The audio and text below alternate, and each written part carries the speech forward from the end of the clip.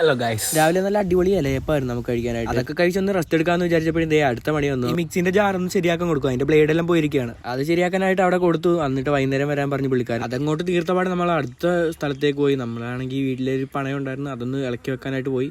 അതെല്ലാം സെറ്റാക്കി അവിടുന്ന് കുറേ നേരം കിടന്നുറങ്ങിയിട്ട് നമ്മൾ മിക്സി മേടിക്കാനായിട്ട് പോവാണ്. അവിടുന്ന് മിക്സിയൊക്കെ കിട്ടി നല്ല കുട്ടപ്പനായിട്ടിരിക്കുന്നു. അങ്ങനെ ചായയൊക്കെ കുടിച്ച് നമ്മുടെ കൂട്ടുകാരൻ്റെ വീട്ടിൽ ചെന്നപ്പോഴത്തേന് അവിടുത്തെ കോഴിനെ കണ്ട എന്തൊരു ക്ലീനിങ് ആണെന്ന് നോക്കിയാൽ ആ തലയൊക്കെ എങ്ങോട്ടൊക്കെയാണ് പോകുന്നതെന്ന് തമ്പുരാൻ അറിയാം. നല്ല രസമുണ്ട് ഇത് കണ്ടുകൊണ്ടിരിക്കാനായിട്ട്, നല്ല എന്റർടൈൻമെന്റ് ആണ്. ഞാൻ അത് കൊത്തി പറിച്ചുകൊണ്ടിരിക്കുകയാണ്. അത് കഴിഞ്ഞിട്ട് നമുക്ക് കമ്പത്തിന്റെ ഒരു മീറ്റിംഗ് ഉണ്ടായിരുന്നു. നേരെ മീറ്റിംഗിലേക്ക് വെച്ച് വിളിച്ച് അവിടെ ചെന്നപ്പോഴാണ് ഇങ്ങനൊരു മുതലിനെ കാണുന്നത്. ജേഴ്സിയിൽ എഴുതിയേക്കുന്നുണ്ടാ, നിങ്ങൾ നോക്ക് കണ്ട, മാഞ്ചസ്റ്റർ യുണൈറ്റഡിന്റെ ജേഴ്സിയാണ്. സാധനം നല്ല ഹൈർ ആയിട്ടുണ്ട്.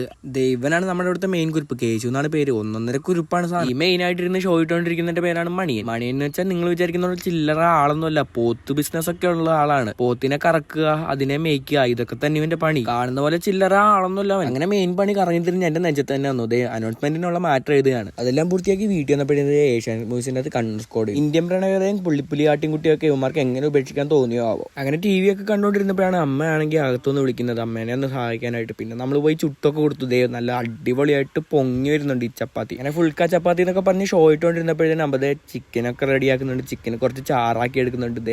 അഡാറായിട്ട് വെന്തോണ്ടിരിക്കുന്നുണ്ട്. അങ്ങനെ അതെല്ലാം കഴിച്ച് നല്ല അടിപൊളിയായിട്ട് വയറൊക്കെ നിറഞ്ഞ് കിടന്ന് നമ്മൾ. അമ്മ 12:30 ആയപ്പോഴത്തേന് രണ്ടമ്മമാർ വിളിച്ചേക്കുന്നു. പെട്രോൾ തീർന്ന് വഴിക്ക് കിടക്കുന്നുണ്ട്. അങ്ങോട്ട് പോവാണ്.